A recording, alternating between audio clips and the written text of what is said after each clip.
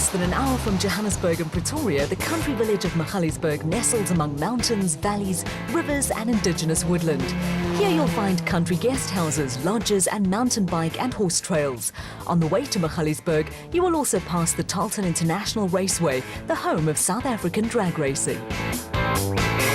The sprawling complex again hosted the RFS Magalies 400, the final round of the Absa Off-Road Championship, with overcast skies and a light drizzle greeting competitors as they went through documentation and scrutineering procedures. With a number of championship issues still to be decided in both the production vehicle and special vehicle categories, there was an air of tension in the pits. The weather and its effect on the route was another talking point as teams went about preparing for the Donaldson Prologue to determine start positions for the race. The Absa Off-Road Championship is the most competitive of its kind in the world, and the RFS team runs 2 cars in the Premier SP class. RFS also provides backing to other privateer teams, with Chief Executive Officer Chris Deploy looking towards more expansion in 2011. We had a wonderful year this year, above our own expectations with the BMW. We hope that next year it will be more interesting with another BMW coming to the scene. Yeah, we're quite into motorsport and with a bike econo run, and we from RFS are quite excited to be involved in motorsport as such. In days gone by, Andre Kok was a top driver. His son has followed in Dad's footsteps, with Malcolm Kok set to make his debut in a Toyota Hilux in the Premier SP class. Ja, ek het gisteraan so om die blok gereis, so I haven't practiced a lot. But yes, we can't practice on the tar road, so we must practice on the gravel, but we're looking forward to it. It's nice to have a 6-speed gearbox, so we'll see what happens, and no, we're looking very much forward to it. Another driver following in Dad's footsteps is teenager Lance Woolridge, who was leading the Class E Drivers' Championship. A back injury forced him to miss the RFS Magalies race, with Team Ford calling on former champion Manfred Schroeder to step into the breach. Yeah, back in the same car we raced a couple of years ago. We did 3 seasons in it, won a Class D championship in it and won a Class E championship in it. And then Jack Peckham raced the same class and also won Class E in it. So unfortunately, with Lance out, it would have been the 4th championship for the same car. With a 25-point lead in the production vehicle overall championship, Chris Visser and Japie Badenhorst could not be beaten. The fight for second was between Hannes Grobler and Henny ter Steege and Duncan Voss and Rob Howie, with some good battles going behind them. I think being first to the buckies is certainly going to be an advantage, because I think the route's just going to get a bit worse. And we'll have to wait and see. Hopefully the rain holds up, and I think it's going to be a very interesting race this weekend, because once again, with the damp ground, there's going to be no dust, so I think the race tomorrow is going to be pretty much like a prologue today. The Donaldson Prologue to determine grid positions for the race the next day is a race within a race. The top 5 seeded crews draw for starting places, and with a good grid position for the race imperative, prologues provide plenty of action. They can also ruin a team's bid for glory.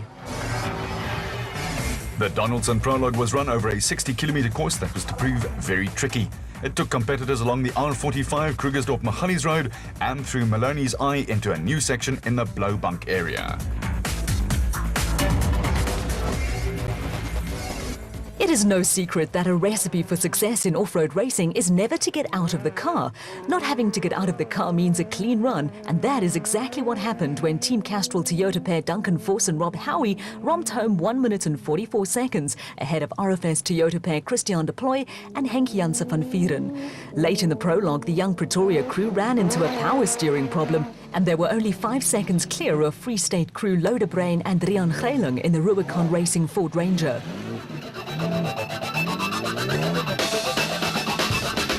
The Free Staters were only 3 seconds ahead of new champions Chris Visser and Japie Badenhorst, who had been racing together since 1998 and who had the luxury of knowing the overall championship was already in the bag.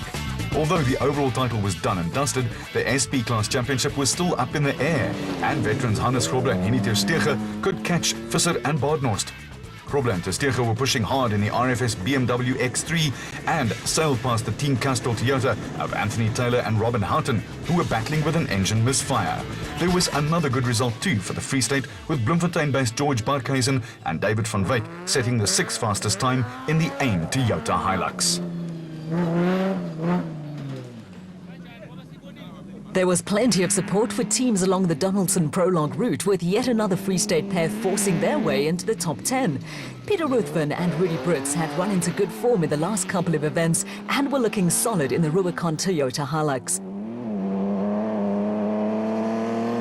Malcolm Koch and Johan Berger were also looking the part in their first SP class outing, while Terence Marsh and Bucks Carolyn attracted a small but vociferous band of supporters.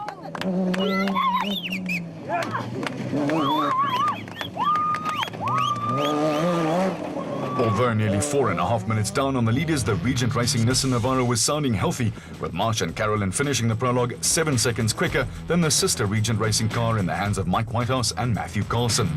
Off-road racing is a family-orientated sport, and Marsh, Whitehouse and Carlson are all brothers-in-law, which leads to some friendly rivalry amongst the trio. A win on the Sun City 400 in the middle of the season gave former South African special vehicle champ Marsh temporary bragging rights. The first of the Class D entries was the 4x4 Mega World Toyota Hilux in the hands of championship contenders Dion Venter and Ian Palmer. The area around Magaliesburg is a favourite with glider and microlight pilots, and activity in the sky provided a little variety for amateur photographers. Cliff Weichelt and Johan Smulberger did a little low flying of their own in the N1 4x4 Toyota Land Cruiser to finish second in Class D.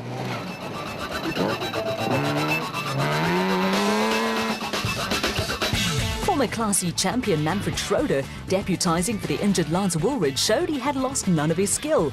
Schroeder and Ward Huxtable set the pace in Class E in the Team Ford Ranger, with Schroeder brought into the KwaZulu-Natal team in an effort to help Huxtable clinch the Co-Drivers' Championship. Second place in the prologue in Class E went to Hein Moelman and JD Volfart in the 4x4 Mega World Toyota Hilux, with the sister car of Picky Labaskatni and Rikus Erasmus dropping out with gearbox problems. Third in Class E went to the Rubicon Racing Ford Ranger of Gerald Leroux and Willem Pretorius, with the pair finishing just ahead of Class D crew Jack and Cyril Westhuizen in a Land Rover. Back in the pits, technical personnel were busy restoring their chargers back to full health in readiness for battle on the morrow. While they toiled away, drivers and co-drivers compared prologue notes. Definitely, we had some troubles in the beginning, but power steering problems. We just try to keep it neat and tidy, and I think it worked out for us. I must say it's quite different than last year. Much more tricky and much more sliding, and especially this first part of it was just plenty of rocks. So you had to keep in the road, and it was quite slippery next to the riverbed. We had a very good run. I made one error where we turned in front of a fence instead of going around it. Probably lost 30 seconds there, but we've got a 1 minute 50 lead in class. We're very happy with that. Car ran like clockwork. For ABSA executive Wessel Steffens, a ride alongside Clint Weston on the prologue in the Regent Racing Nissan Hardbody turned into an adventure. At a tricky river crossing, the Nissan gently toppled onto its side with no damage to either driver or passenger. Luckily. Whole package, as they say, the platinum package. Rolled the vehicle into a river, hung upside down on the harness. Fortunately, both Clint, the driver, and myself managed to get out easily. And helicopter flipped back to the pits. It's about as good as it can get. With other championship issues out of the way, most of the attention in the special vehicle category was on the winner-take-all shootout between championship leader Shamir Variawa and Siegfried Rousseau and the father and son pairing of Kali and Quinton Silwalt. With just 6 points between the crews, it was a cliffhanger. To make it more interesting, a win for the Silwalts and a second for Variawa and Rousseau would see the two teams tied on points with 3 wins and 2 seconds each. Our strategy is as follows. Today in the prologue, the rain obviously changed a lot of things. So you can't, if you're in front, you can't use the dust to your advantage for tomorrow. We're going to go hard in the prologue. And if our hard is not enough, then we're going to go harder tomorrow. So let's see what happens on today, and then we'll take it step by step. Over in the Silwalk pit, all was cool, calm and collected.